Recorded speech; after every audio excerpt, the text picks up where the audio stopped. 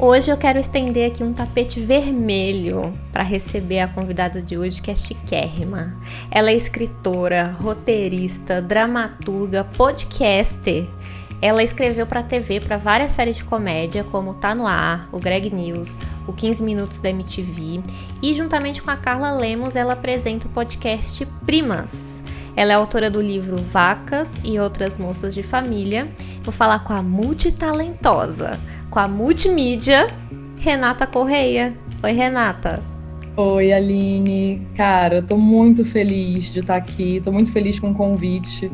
Eu amo tudo que você faz, meu computador é todo adesivado com suas ilustrações. E acho que a gente já se namora na internet há bastante tempo e se lê há bastante tempo. Admiro muito tudo que você escreve, tô aqui muito, muito feliz com o convite e poder bater esse papo com você. É recíproco demais e que alegria é poder conversar com pessoas que eu admiro o trabalho, que eu leio sempre. Então parece que já existe um diálogo acontecendo, né? Mesmo quando a gente não tá conversando assim no mesmo ritmo, mas eu acho que as coisas que a gente escreve vai meio que entrando na cabeça, né, da gente. E eu até queria começar te perguntando... Tava lendo esses dias um texto seu sobre síndrome da impostora. E eu queria saber como anda a sua relação com a sua impostora interior, se ela tem se manifestado muito ultimamente, principalmente nesses momentos, né, que a gente vai falar do nosso trabalho, que a gente, enfim, vai falar do que a gente faz. Ela ainda se manifesta assim? Ou você fez as pazes com ela? Fazer as pazes é forte, mas eu acho que ela tá um pouco mais domesticada, né? Porque é essa energia bem selvagem, assim, e bem do inconsciente, da autossabotagem, onde nós mulheres, principalmente, é lógico que a síndrome da impostora, a gente fala até no feminino, porque ela atinge muito mais mulheres, mas pode atingir homens também. A gente não pode esquecer que existem homens em condições muito vulneráveis por questões de raça e questões econômicas, e que também sofrem dessa síndrome. Ela está um pouco mais controlada, mas ela está um pouco mais controlada à base de muita terapia, à base de muito prazo, né? Porque quando você, no meu caso, como eu tenho muito volume de entrega de texto o tempo inteiro, e quando eu trabalho com literatura e quando eu trabalho para revista, eu tenho muito feedback de editor o tempo inteiro, então quando a gente aprende a receber as críticas também, eu acho que é um aprendizado muito grande e bom para deixar a síndrome da impostora sob controle. Um feedback não necessariamente quer dizer que é ruim, por exemplo, mas que você pode melhorar. Sim. E lembrando sempre para os nossos ouvintes e para as nossas ouvintes também que a síndrome da impostora ela é um sintoma social, né? Ela é um sintoma social de quem pode falar, né? Quem são as pessoas que podem falar, quem são as pessoas que podem se expressar e escrever. Então, lembre-se, muitas vezes parece síndrome da impostora, mas às vezes é só capitalismo, é só machismo. Tem que identificar qual é o sintoma, né? Porque é muito essa sensação de desconforto, ou de tipo, eu não deveria estar falando sobre isso, eu não deveria estar ocupando esse lugar, eu não tenho o currículo certo para isso. Enfim, eu acho que é um aprendizado muito grande, né? A gente conseguir lidar com essa... Talvez ver a realidade, né? Porque eu acho que também a gente vê as coisas meio distorcidas na nossa cabeça. E isso que você falou de receber feedback é muito interessante, né? Porque às vezes a gente fica na noia dentro do que a gente está escrevendo e às vezes escrevendo sozinha, né? A gente só tem a nossa opinião. E eu sou, por exemplo, eu sou uma editora muito rigorosa comigo mesma, sabe? Você encontra esse rigor ainda ou você se diverte nesse processo com a sua própria escrita? Eu acho que eu sou uma escritora mais caótica que você, Aline, porque, na verdade, depende do texto. Às vezes é o conteúdo do texto que me diz o tipo de trabalho que precisa ser feito nele, sabe? Eu sou muito mais criteriosa com ficção, contos, por exemplo. Eu tenho duas pessoas que são pessoas de confiança do meu círculo de confiança que me leem e meditam, que são a Ana Lima e a Ana Rush, minhas duas Anas. Maravilhosas! Um beijo, Anas. Beijo, Anas, que elas são muito criteriosas, elas são mulheres muito que têm muito conhecimento de literatura E assim, para eu chegar a mandar para elas, eu já passei por muitas autoedições.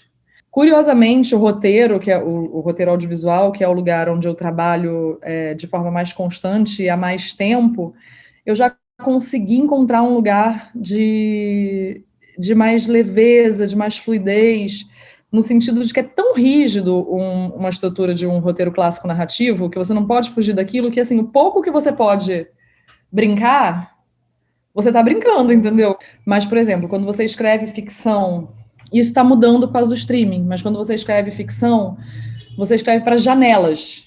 Quando você escreve para TV, você escreve para janelas. Então, tem a janela de 15 minutos, tem a janela de 30 minutos, que geralmente é humor ou dramédia, tem a janela premium de narrativa longa, que são as novelas e os dramas de 45, 50 minutos, e tem os longa-metragens, né? E, enfim, cinema, que aí existe também uma janela específica, que hoje também já é um pouco mais flexível, principalmente se você estiver falando de um blockbuster, você pode ter um blockbuster de 2 horas e meia, 3 horas, vídeos, filmes da Marvel, mas Que estão cada vez mais longos. estão cada vez mais longos, mas quando você é um autor brasileiro, principalmente se você não está no mainstream, sempre te recomendam filmes até 90 minutos, estourando. Então, a questão do tempo já é uma questão que limita o que pode ser dito. A gente brinca em TV que, assim, 1 segundo em TV é um latifúndio.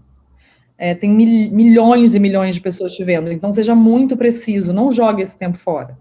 Então, já é uma pressão e uma rigidez que existe da própria estrutura. E aí também aí a gente vem em outras rigidezes, né? Tipo, antigamente, hoje não tem mais tanto isso também por causa do streaming. Você separava os atos conforme os breaks, conforme os Sim. comerciais. E aí, assim, depois dos anos 90, com guerra de audiência, cara, os programadores começaram a mexer nos breaks dos roteiristas. Então, assim, isso aqui tá dando muita audiência, eu não vou dar o break. Ai, cai um pouquinho de audiência, eu vou dar o break. E aí, o roteirista tinha uma faca no coração, porque você precisa os atos para aquele break, entendeu? Então, quando você está escrevendo para um veículo de massa, um roteiro para um veículo de massa, existem essas pequenas limitações. É legal você falar disso, porque eu queria entender como é que você começou a escrever para TV. Como você entrou nesse mundo do audiovisual? É uma pergunta de US$ 1 milhão, porque assim, eu nunca quis escrever para audiovisual. Assim, pelo menos eu achava que eu nunca quis escrever para audiovisual. É uma mentira, eu vou te explicar por que tem essa mentira. Porque eu sempre fui uma criança leitora obcecada por livros, a ponto de parte da minha família se revoltar quando minha mãe pergunta. Quando eu faço aniversário dia 25 de dezembro, então assim, eu quero o meu presente real, entendeu? Porque assim, eu já não tive o presente de aniversário. E eu sempre pedia livro. E eu sempre tive essa imersão ficcional muito grande. E eu tenho isso até hoje, assim, quase um hiperfoco, assim, quando eu tô lendo, assim, pode cair o mundo, entendeu? Se queimar a casa, vão ter que vir aqui me tirar, porque eu não vou perceber. E aí eu comecei a escrever pequenos poemas, historietas, bem, enfim, infantil mesmo, né? E eu sempre tive muito esse impulso da escrita do registro da minha realidade, como se, mesmo quando eu estava escrevendo ficção, era como se as coisas que me acontecessem, a maneira de elaborá-las só fossem reais depois que elas fossem registradas. E isso ainda tem um pouco comigo. Mas aí eu Uau. nunca pensei em escrever para TV, porque naquela época era tão longe da minha realidade que uma menina de periferia, com uma família que não era rica, sei lá, trabalhar para. Você vem do Rio, né? Você é do Rio Eu de sou do Janeiro? Rio, eu moro no Rio. Fiquei um tempo em São Paulo, mas nesse período, quando eu estava adolescente, eu ficava pensando, ou eu vou fazer jornalismo, ou eu vou fazer publicidade, ou eu vou fazer letras, que era na minha cabeça os lugares onde se escrevia. Sim. E aí é quando você sabe que às vezes o destino coloca a mão, né? Eu comecei a pensar em fazer audiovisual e cinema quando teve a retomada do cinema brasileiro. Quando começaram os primeiros incentivos para se ter uma cinematografia brasileira depois de todo apagão que teve dos anos 80. O cinema brasileiro começou a viajar internacionalmente, então inicialmente eu nem queria escrever para TV. Eu queria escrever para cinema. E aí eu fui fazer faculdade de cinema. E era muito engraçado, porque no primeiro dia de aula era assim, Porque o roteirista é uma figura no Brasil, apesar dele ser muito valorizado nos Estados Unidos e na Europa, naquela época ainda tinha essa ideia de uma ideia na cabeça e uma câmera na mão. Apesar do Glauber Rocha ser um grande roteirista, tenho que dizer isso aqui para vocês. Mas assim, o roteirista era ou o diretor que fazia uma coisa autoral e fazia sua própria história, ou o roteirista era uma figura, era quase um digitador do diretor, entendeu? Então, quando eu entrei na sala da faculdade, levanta a mão quem quer ser diretor. Todo mundo. Levanta a mão quem quer ser fotógrafo. E na época, fotógrafo era muito chique, assim, Walter Carvalho, essa galera, entendeu? Um monte de mão levantando. Produção. Algumas pessoas, principalmente mulheres, levantavam a mão para fazer produção, que é uma categoria ainda que é bastante dominada pelas mulheres. Eu já fazia produção, mas eu fazia produção musical. Quem quer fazer roteiro? Só a otária aqui levantou a mão. Porque, amiga, não vai ter esse mercado, entendeu? Mas acabou tendo. E eu tive muita sorte que foi, assim, tipo, um desejo.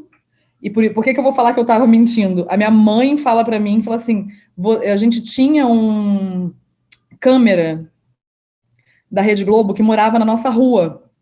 E ele trazia os scripts pra mim, de novela. Eu botava meus primos e meus amigos para atuar, ficava lendo o roteiro, entendeu? Sabe? Tipo, só que eu só fui lembrar, por isso que é uma mentira que eu não quis escrever para a TV. Eu só fui lembrar disso anos depois, quando minha mãe foi falar para mim, entendeu? Caraca, é muito doido como eu fico também pensando assim em anos atrás, de como eu já estava fazendo coisas que eu faço hoje. Eu basicamente trabalho para essa Aline criança, essa Aline adolescente que já estava fazendo zine, já estava desenhando, sabe? Até contar as histórias, brincar de Barbie, por exemplo. Eu meio que dirigia ali a história, era por temporadas as brincadeiras. As Barbies mudavam de papel numa outra temporada. Não, agora essa aqui vai ser a mãe, agora essa daqui vai ser a namorada. Maravilha. Sabe? Eu mudava os papéis. E aí eu misturava também com os bichinhos de pelúcia. Então tinha temporadas que era super romance, tinha temporadas que era de aventura, uma coisa meio Power Ranger, cada uma tinha um poder diferente e enfrentava os ursos de pelúcia, que eram os monstros gigantes. Então, assim, meio que eu já tava ali praticando, né, contar histórias, que acabou se tornando meu trabalho, que eu também fico mentindo que é por acidente, mas também tava lá no início, sabe? Vamos voltar lá na síndrome da impostora, porque se a gente assume que não foi acidente, que a gente correu atrás, se não der certo, é uma falha nossa. Se foi um acidente, foi o destino, entendeu? Sabe? Eu acho que é um pouco isso. E, cara, não foi o destino, porque ser artista no Brasil e fazer cultura no Brasil é muito difícil. Então, assim, quem veio fazer não foi por acidente, não. Não foi, a gente traçou esse negócio. Sim, é muito batalhado, né? Centímetro a centímetro. Exatamente. Mas aí você falou que você queria trabalhar para cinema, escrever para cinema, mas você começou a ter essa proximidade com a TV. Agora você vai dar risada. Eu queria ser Bergman, tá? Eu escrevia roteiros de filme mudo, em película, preto e branco. Gente, hipsterzona. Hipsterzona. Nem tinha esse nome na época, mas assim, eu achava, entendeu? Sabe? Tipo, eu olhava aqueles filmes, assim, eu falava assim, nossa, era isso que eu queria fazer e tal.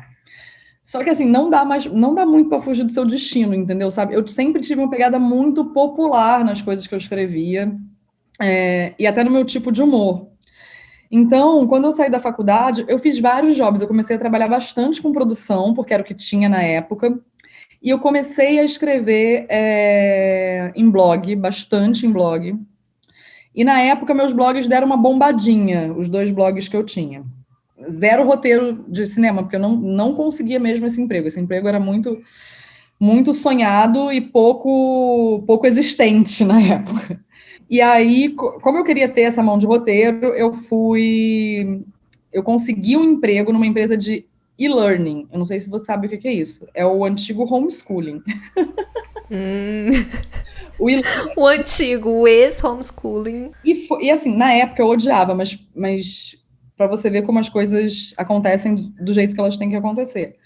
Era uma empresa que fazia vídeos institucionais gamificados para ensinar funcionários de grandes corporações a usar operações que eram novas na época. E assim, eu era obrigada a umas reuniões corporativas, assim, onde ficavam uns homens discutindo umas coisas que eu não entendia nada. Eu dormia muito no banheiro, sabe? Tipo, mas eu entregava e eu era rápida. Então, na época parecia muito ruim, mas depois, cara, tipo, entender a estrutura da parada me fez ser uma roteirista muito melhor quando eu comecei efetivamente a escrever roteiros. E aí juntei uma grana nessa época que eu morava com a minha mãe, né? Não tava, eu pagava a minha própria faculdade, então eu não precisava mais pagar minha faculdade, porque eu tinha me formado. Aí eu peguei uma graninha e fui para São Paulo, querendo, assim, tipo, um sonho dourado de conseguir um emprego como roteirista. Acabei hostess do Paris 6. E aí o pior, que assim, tipo, tinham muitos escritores e assim, o Paris 6 não era cafona na época, ele já era cafona, mas ninguém sabia ainda. Então, assim, muitos escritores e autores que eu admirava saíam de uns carrões na frente, aí eu tinha que fazer assim, sua mesa é aqui, senhor. Sabe, tipo, ai, era muito triste, era muito triste, muito triste. Eu fiquei muito chateada de não estar trabalhando com audiovisual, e um amigo meu me ofereceu uma vaga na MTV para ser produtora.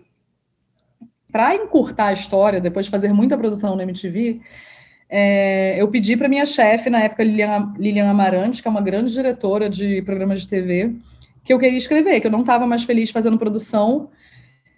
E aí, onde a mágica acontece, né? Que ela praticamente falou: menina, por que você nunca pediu antes? Por que você ficou infeliz tanto tempo? Sabe? Olha só, a mágica de falar o que você quer fazer, né? A mágica de falar o que eu queria fazer. E aí foi mais uma mágica, né? Porque eu entrei num programa que era um programa icônico, que era o 15 Minutos, do Marcelo Adnet, e ali foi muito legal, foi onde eu aprendi a fazer televisão mesmo. Foi muito bacana esse período. Então eu tive duas grandes sortes. Eu tive a sorte de pegar uma chefe que acreditou em mim. Quando eu fazia produção, eu também passava muito texto com a Adnet, então assim, eu já conhecia o texto daquele grande humorista, que ele é um gênio, e ele naquela época já era um gênio. Ele é mais hoje, mas ele já era um gênio. Peguei aquela oportunidade com unhas e dentes e fiquei fazendo 15 minutos pela sua terceira e última temporada. A partir dali eu ganhei mais autoconfiança para fazer uns freelas, para ir buscar o que eu queria em televisão. Ainda tiveram alguns percalços, não foi assim, já começou a escrever roteiro. Saindo da MTV, eu fiz alguns outros programas da MTV como roteirista, mas saindo da MTV eu não consegui trabalho como roteiro, eu voltei a ser assistente de direção e produtora de um programa chamado Sala de Cinema, e esse programa era um programa da TV Sesc que entrevistava grandes nomes do audiovisual e falava sobre as suas obras. E um dia, no Rio de Janeiro, eu entrevistei o Paulo Raume, que é, assim, um dos maiores roteiristas desse país, assim, um cara gênio, assim, cara. E eu não sabia também que ele era uma das pessoas mais generosas do mundo. Eu falei para ele, eu quero escrever, eu não quero mais fazer assistência de direção. Dessa vez eu fui cara de pau, e ele falou, faz assistência para mim. Quer fazer assistência? Não tem um centavo. Na época ele não tinha.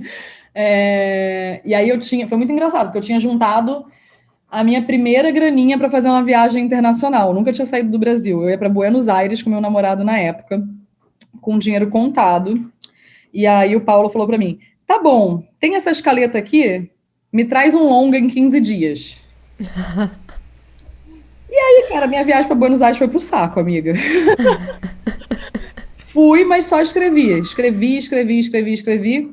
Mandei para ele, e aí ele só respondeu de uma maneira muito seca, assim, tipo, esse roteiro tem 70 páginas, não dá um longa-metragem. E aí eu falei assim, tá bom, então eu escrevo mais. E aí voltei de Buenos Aires e fui ter uma reunião com ele. E assim, foi um grande aprendizado, cara. Eu ficava na casa dele escrevendo, ele ficava fumando aquele charuto, aquele cachimbo dele, andando para um lado para o outro, e eu só com o olho fixado nele, escrevendo tudo que ele falava. E assim, cara, ele manja muito de estrutura, ele manja muito de humor, principalmente, ele é um cara muito bom do humor.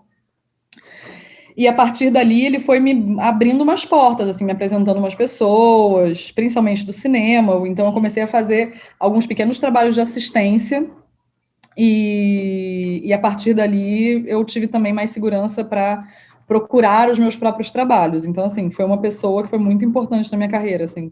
As pessoas têm mania de falar, não existem mestres. Às vezes existem gente que Sim. ensina com generosidade. Mas aí você tava falando das salas de humor, e como é trabalhar, assim, escrevendo meio que coletivamente, né? Numa sala de redação, você tá escrevendo a várias mãos ali. Como que é esse processo? Eu acho que é um dos processos mais lindos e generosos de escrita que existem, é uma sala de roteiro. Porque você está ali debatendo de igual para igual. Por mais que a gente saiba que os nossos corpos são atravessados pelas questões de gêneros, pelas questões de raça, dentro de uma sala de roteiro, as ideias, elas são de todos. E isso faz uma puta diferença. Então, assim, é um pouquinho diferente de humor e de drama, então eu vou falar primeiro de humor. As salas de humor geralmente são maiores, porque você precisa jogar muita coisa fora, porque você precisa de muitas ideias fervilhando, você precisa de muitas cabeças diferentes, com referências diferentes, tentando encontrar aquela piada, porque o humor é muito preciso também. O caminho do humor, digamos que o humor, ele é uma flecha que precisa acertar um alvo. E o drama, ele é uma grande trilha sinuosa, sabe? Onde você passa por diversos moods emocionais. Então, quando você está escrevendo um programa de sketch, por exemplo, é isso, é uma sala muito grande, com muitas pessoas tentando vender as suas ideias. Então, assim, nossa, eu vi esses dias o ministro novo da Saúde com a máscara, usando a máscara errado. Como a gente pode falar sobre isso? Ou coisas de comportamento, entendeu? Sabe aqueles casais que completam uma frase do outro? E aí você vai trazendo dentro, que, assim, para o riso acontecer, o humor é muito difícil, para o riso acontecer você precisa de algumas coisas. Uma de conhecimento compartilhado. Hoje em dia, quando a gente fala de conhecimento compartilhado, por exemplo, eu trabalhei muito em Comedy News, eu trabalhei no Greg News, trabalhei no Fora de Hora. Então, por exemplo, o noticiário é um conhecimento compartilhado. Formatos, como era o caso do Tá No Ar, formatos televisivos são um conhecimento compartilhado. Então, o humor foi ficando mais sofisticado nesse lugar, porque a gente tem que buscar um conhecimento compartilhado que é bem... que não é calcado e que não é baseado num preconceito, mas que é baseado num conhecimento comum, o meu coração conversando com o seu. Então, assim, cara, é complexo. E aí, depois que você vende a sua ideia, os autores sênior vão debatendo aquela ideia, até que é uma coisa meio natural, assim. Não, eu acho que tem que ser assim, o punch tem que ser assim. E o assistente vai lá anotando. E aí que você vê que realmente é uma criação coletiva. Que assim, eu posso ter dado a ideia do casal que completa a frase um do outro. A assistente escaletou. Ficou de um jeito maneiro? Ficou de um jeito maneiro. Aí, assim, gente, quem quer a ideia do casal que completa a frase um do outro? E pode 2, 3 autores levantarem a mão, entendeu? Sabe? Tipo, quero escrever essa, porque eu acho que eu vou escrever melhor, ou eu tenho uma coisa na cabeça. E aí esses textos todos vão para o redator final. O redator final tem 2 tipos de redação final, assim. 2 tipos não, 2 estilos. Tem o redator final, que ele mete a mão e já vai arredondando o texto e vendo que funciona. Ou tem o redator final que faz notes e manda para o autor de novo e fala assim, me devolve com essas alterações de notes aqui. Então, é quase um papel de editor, né? É um papel bem de editor o redator final. E aí, assim, agora temos o produto pronto. Temos o produto pronto depois que passou por 30 pessoas. E isso num sistema que tem que ser muito ágil, né? Porque, por exemplo, às vezes um programa é semanal e o assunto que você falou que tá em comum, assim, né, no repertório das pessoas é uma coisa muito fresca. É uma mistura de redação antiga de jornal com quinta série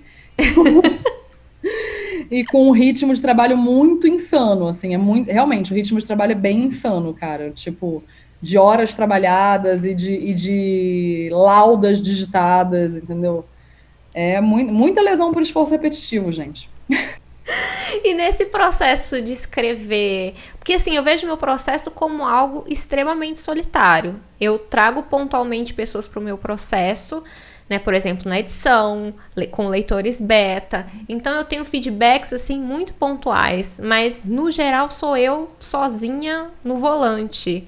E até escrever porque assim, eu tô acostumada a escrever personagens de papel, né? Personagens que vão ficar impressos, personagens que vão só ganhar vida na cabeça de alguém. Mas como é isso de escrever personagens que vão ser interpretados, que vão ganhar um corpo, uma voz? Mas acho que logo você pode ter essa experiência. Quem disse que não vão adaptar um livro seu? Pois é, espero que sim. Será que estou preparada para isso? Tenho roupa para isso? Eu acho que você tem muita roupa pra isso, amiga. Eu acho que, cara, tipo, tá aí, gente, porque realmente eu achei seu último livro super adaptável, viu? Fica a ideia. Esses dias eu recebi um comentário no Twitter de alguém que leu Cidades Afundam e falou: nossa, eu já imaginei essa história sendo gravada no Cerrado pós-queimadas que teve agora. Que seria muito simbólico também, É né? muito simbólico, quase uma distopia, né? Nesse caso, só que a gente tá na distopia agora. Estamos vivendo numa Estamos vivendo distopia. essa distopia.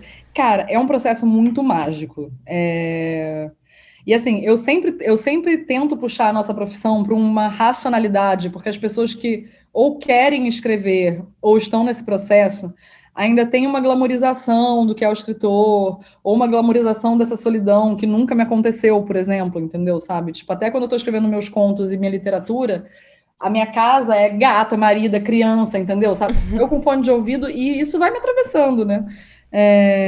Essa ideia também do escritor perturbado, triste, sabe? Tipo, acho que. E eu sempre trago para a realidade. Gente, é um trabalho como qualquer outro, é um trabalho árduo, intelectualmente e fisicamente. A gente fica muitas horas parado, cara. Inclusive, escritores façam exercícios, é bom para vocês. Mas quando chega no ator, e aí aí tem várias instituições, né? Porque o roteiro, ele é uma peça literária, ele é um documento entre dois mundos. E eu acho isso lindo no roteiro. É um documento técnico que ele vai servir para vários outros profissionais trabalharem.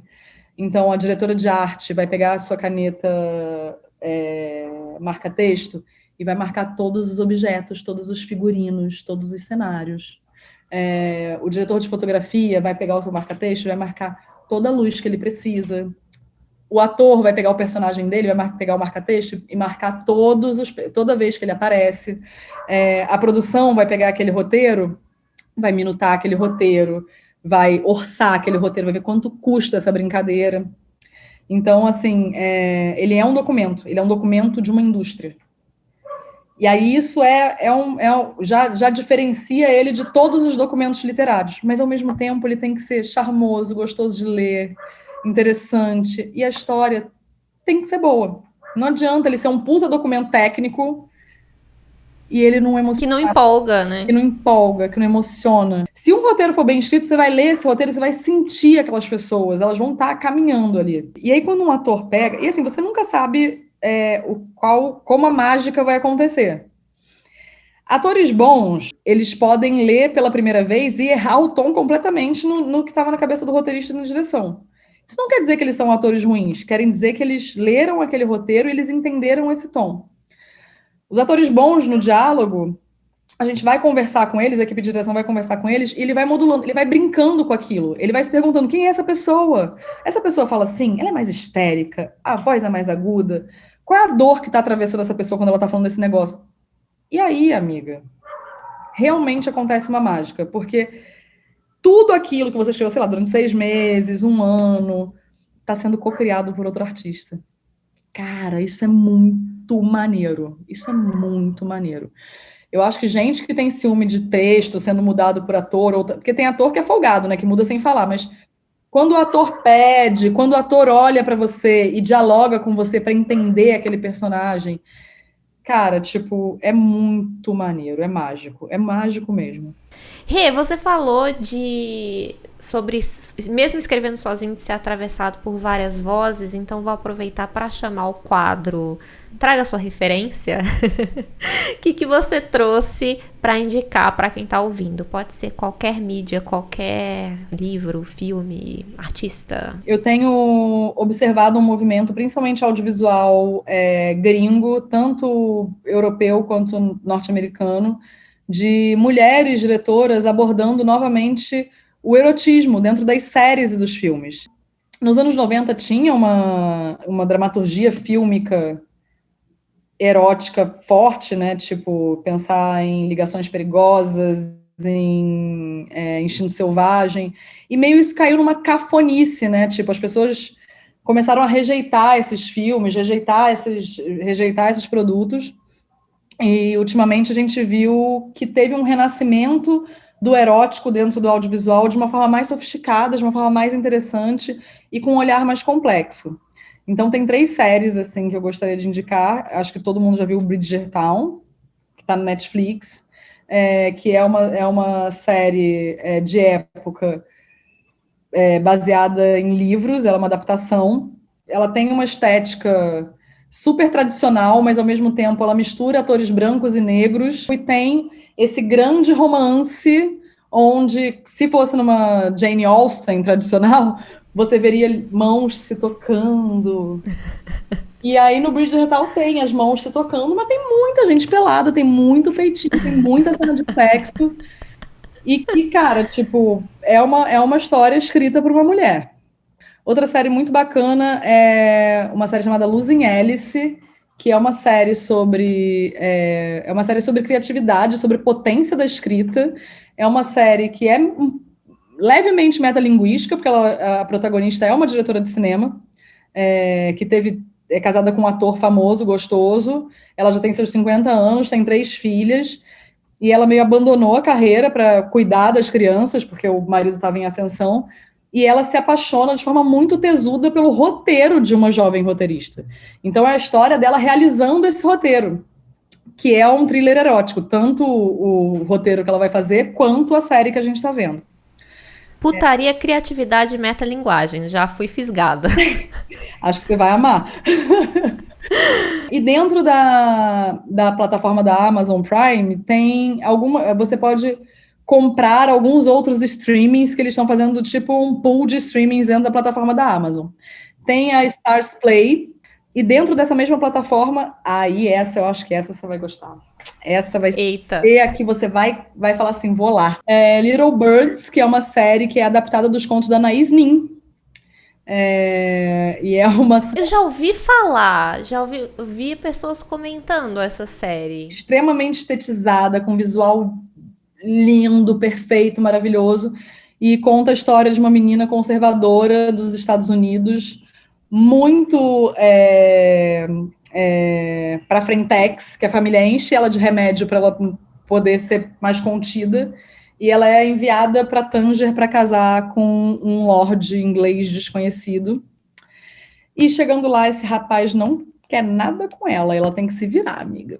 Então eu acho que esse movimento que está aliando criadoras mulheres e narrativas que colocam o sexo não como pano de fundo, mas o sexo como protagonista, estão sendo, cara, minha alegria na quarentena. Rê, para finalizar, onde é que a gente pode encontrar mais o seu trabalho, os seus textos? Deixa o seu recado final para o ouvinte, para ouvinte. Eu estou refazendo meu site, renatacorrêa.com.br, então estou migrando os meus textos todos, sejam crônicas ou artigos que eu publico em revistas, em jornais, estou migrando eles todos para lá, para eles estarem no mesmo lugar. Esse site também tem links para todos os meus trabalhos autorais e para os meus trabalhos em TV. Se você quiser ver hoje o que eu estou fazendo agora, tem o Mulheres Fantásticas, que é um quadro do Fantástico de animação que conta a história de mulheres incríveis e que mudaram o mundo. E na Globoplay você pode ver o Tá No Ar, você pode ver o Fora de Hora, você pode ver o Ad Night, e na HBO o Greg News, a primeira temporada do Greg News está disponível por lá também. E, pera um pouquinho, faltou uma coisa. O Twitter, gente. Se você quiser me encontrar no Twitter, é @letrapreta. Se você quiser me encontrar no Instagram, é @recorreia. E se você quiser ouvir o meu podcast, o Primas Podcast, que é meu podcast com a Carla, ele está disponível em todas as plataformas. A gente fala sobre cultura pop feita por mulheres, a gente fala muito de política, está disponível no Spotify, no Deezer, no Apple Podcasts. É só procurar Primas Podcast. Ai, gente, maravilhoso. Um papo que termina com indicação de mais podcasts. Oba!